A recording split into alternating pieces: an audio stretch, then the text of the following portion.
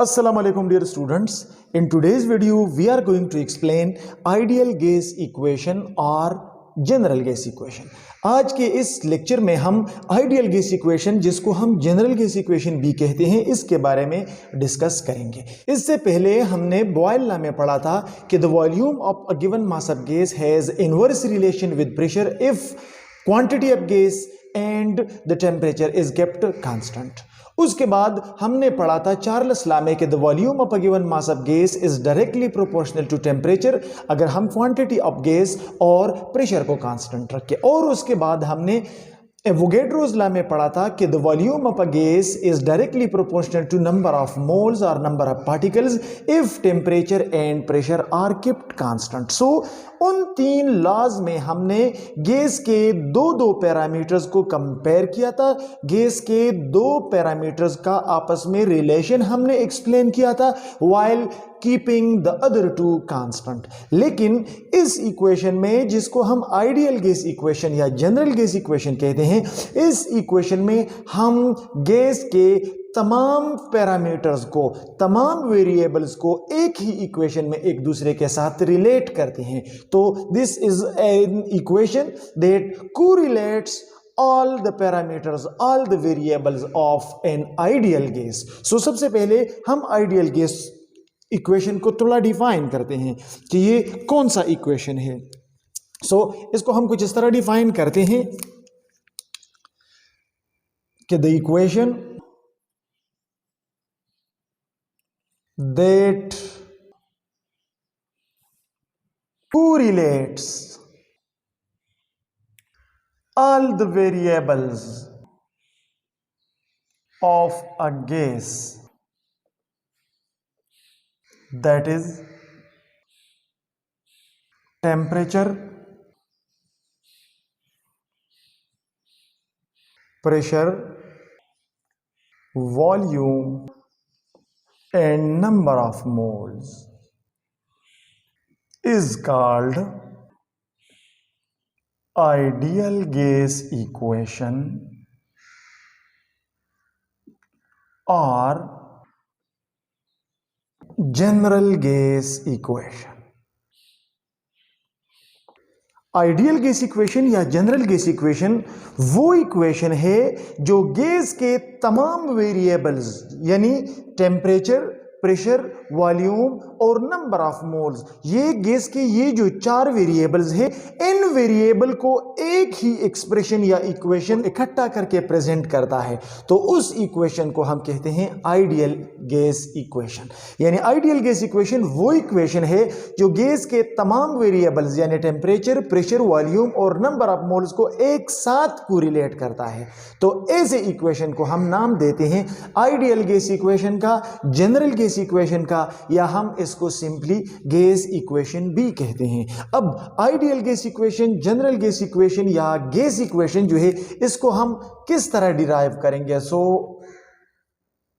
इसकी हम डिराइवेशन कुछ इस तरह करते हैं।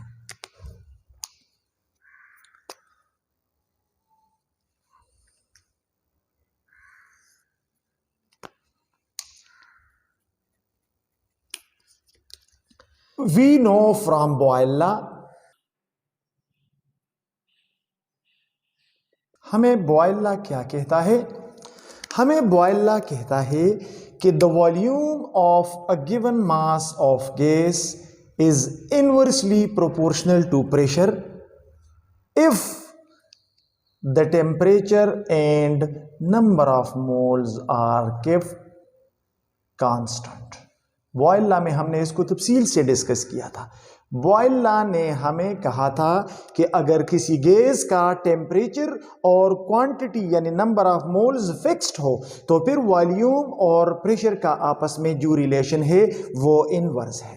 तो बॉयल लॉ के मुताबिक volume of a given mass of gas is inversely proportional to pressure if we keep the temperature and quantity of mole constant. ठीक है, तो ये हमारे पास रिलेशन नंबर 1 आ गया। Similarly, from Charles law, Charles law हमें क्या कहता है? चार्ल्स लॉ में भी हमने पढ़ा था कि the volume of a given mass of gas is directly proportional to temperature if pressure and number of moles are kept constant। ये हमारे पास दूसरा रिलेशन हो गया। चार्ल्स लॉ में हमने पढ़ा था कि अगर हम प्रेशर और नंबर ऑफ मोल्स यानी क्वांटिटी ऑफ गैस को कांस्टेंट रखें तो फिर वॉल्यूम और टेम्परेचर का जो रिलेशन है वो डायरेक्ट है। तो हमने वॉल्यूम का प्रेशर के साथ और वॉल्यूम का टेम्परेचर के साथ रिलेशन को इन दो लॉज में डिस्कस किया था।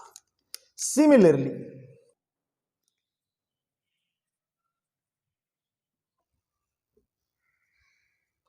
फ्रॉम एवोगैड्रोस लॉ, और एक तीसरा लॉ हमने डिस्कस किया था जिसको हम एवोगैड्रोस लॉ कहते हैं। एवोगैड्रोस लॉ में हमने पढ़ा था कि the volume of a gas is directly proportional to number of moles और particles if pressure and temperature are kept constant.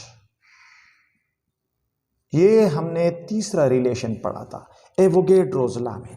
तो बॉयल कहता है कि अगर टेम्परेचर और नंबर ऑफ मोल्स कांस्टेंट है तो वॉल्यूम और प्रेशर का इनवर्स रिलेशन है।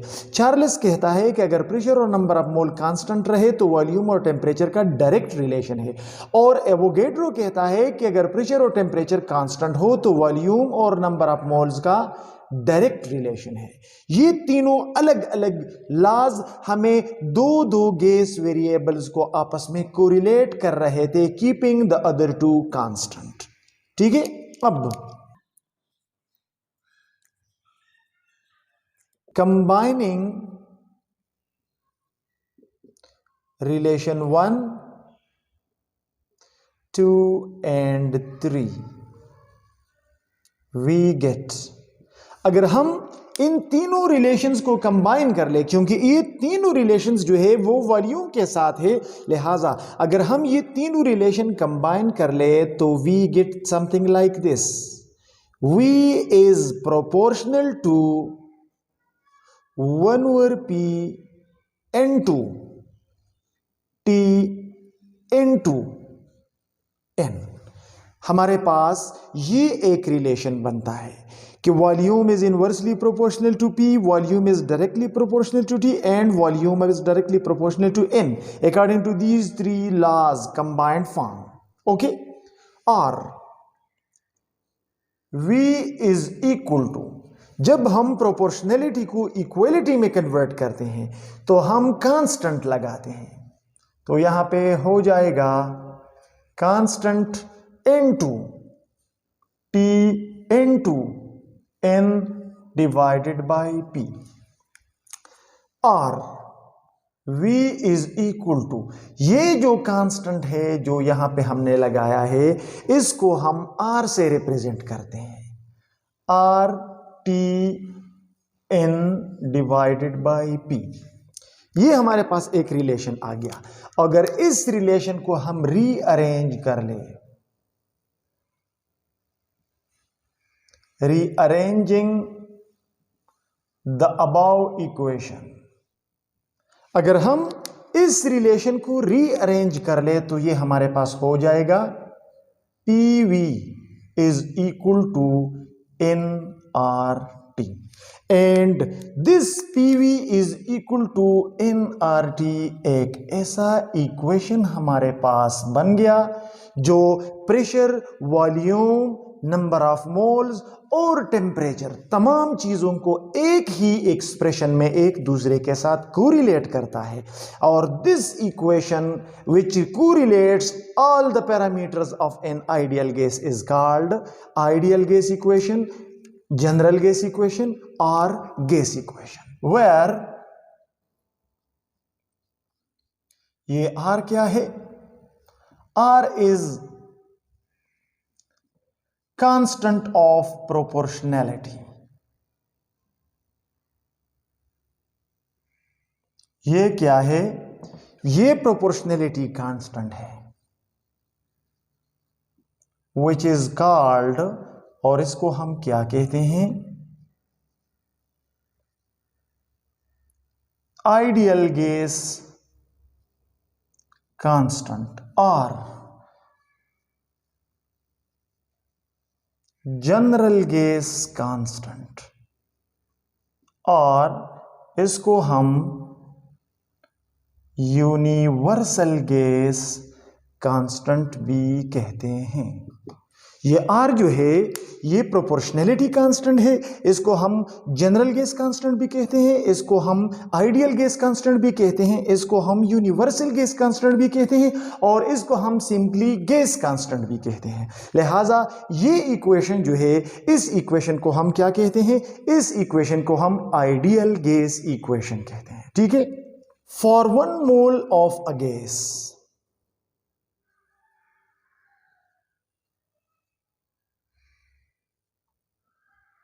1 मोल के लिए यानी n is equal to 1, for 1 mole of a gas the ideal gas equation is given as.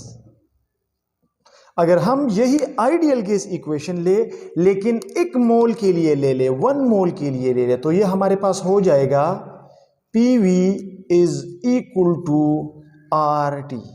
क्योंकि यहां पे देखें, क्योंकि अगर इनकी बजाय हम 1 लिख ले तो 1 इंटू RT हो जाएगा RT। लिहाजा हम कह सकते हैं कि PV is equal to RT 1 mole के लिए एक्सप्रेशन है, और PV is equal to nRT इन नंबर ऑफ मोल्स के लिए एक्सप्रेशन है। ठीक है।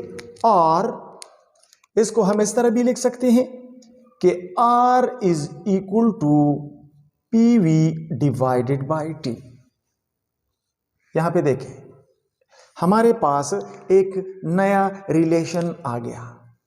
इस इक्वेशन को अगर आप देख ले तो ये इक्वेशन हमें कहता है कि द प्रोडक्ट ऑफ PV और उसका रेशियो T के साथ ये हमेशा कांस्टेंट रहेगा आइडियल गैस के लिए, क्योंकि R is ideal gas constant या R is gas constant. So the product of PV and it's ratio with T, the PV versus T जो है वो हमेशा कांस्टेंट रहेगा। ये हमारे पास 1 मोल ऑफ आइडियल गैस के लिए एक एक्सप्रेशन हो गया। ठीक है। अब let a gas is at condition 1। फर्ज करें हमारे पास एक कंडीशन पे आइडियल गैस है, तो ये एक्सप्रेशन जो है उसके लिए हम कह सकते हैं कि R बराबर होगा P1 V1 divided by T1।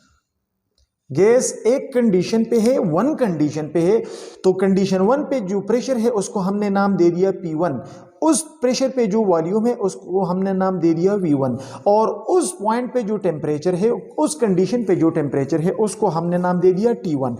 तो कंडीशन पर 1 पे हमारे पास प्रेशर, वॉल्यूम और टेम्परेचर ये है, और प्रेशर, वॉल्यूम वर्सेस टेम्परेचर का जो प्रोडक्ट आता है वो हमारे पास R आता है।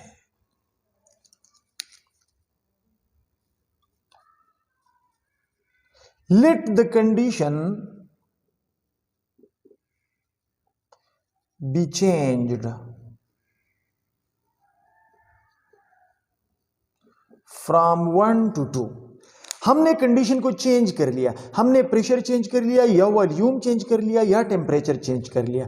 तो जब एक चीज चेंज हो जाता है तो उससे ऑटोमेटिकली तमाम चीजें चेंज हो जाएगी करेस्पॉन्डिंगली, और हमारे पास प्रोडक्ट वही आएगा। तो हमारे पास जो नया कंडीशन होगा, प्रेशर P2 हो जाएगा, वॉल्यूम V2 हो जाएगा और टेम्परेचर T2 हो जाएगा। और according to ideal gas equation, जब हम कंडीशन 1 से कंडीशन 2 पे चले जाते हैं तो प्रेशर, वॉल्यूम और टेम्परेचर की वैल्यूज चेंज हो जाएगी, लेकिन उसका जो प्रोडक्ट होगा वो फिर भी R आएगा, क्योंकि हमने कहा है कि PV/T हमेशा R आएगा। PV/T का वैल्यू हमेशा कांस्टेंट रहेगा। सो कंडीशन 1 पे प्रेशर, वॉल्यूम और टेम्परेचर की जो प्रोडक्ट है वो R होगी। अगर हम कंडीशन चेंज कर ले तब भी प्रेशर, वॉल्यूम टू टेम्परेचर जो है वो क्या होगा, वो कांस्टेंट होगा, R होगा। ठीक है। सो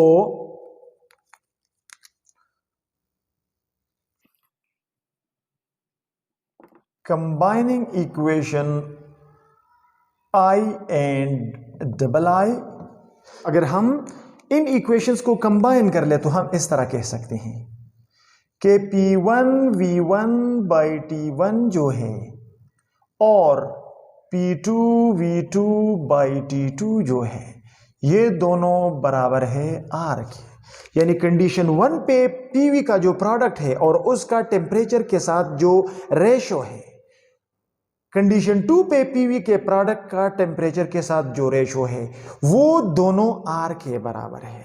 यानी P1V1/T1 भी R के बराबर है और P2V2/T2 भी R के बराबर है। लिहाजा हम सिंपली लिख सकते हैं कि P1V1/T1 is equal to P2V2/T2। और यहां पे हमारे पास जनरल गैस इक्वेशन से एक और इंपॉर्टेंट इक्वेशन जो है वो हमारे पास आ गई। तो हमारे पास एक और रिलेशन बन गई जिसको हम कहते हैं कि P1V1/T1 is equal to P2V2/T2। यानी इस इक्वेशन से हम किसी भी गैस का, किसी भी आइडियल गैस के कंडीशन 1 से कंडीशन 2 के मुख्तलिफ पैरामीटर्स को फाइंड आउट कर सकते हैं, कैलकुलेट कर सकते हैं। So this was all about ideal gas equation और general gas equation. I hope आपको समझ आ गया होगा। If you still have any question, any problem, you can ask your question and comments. Thank you for watching this video.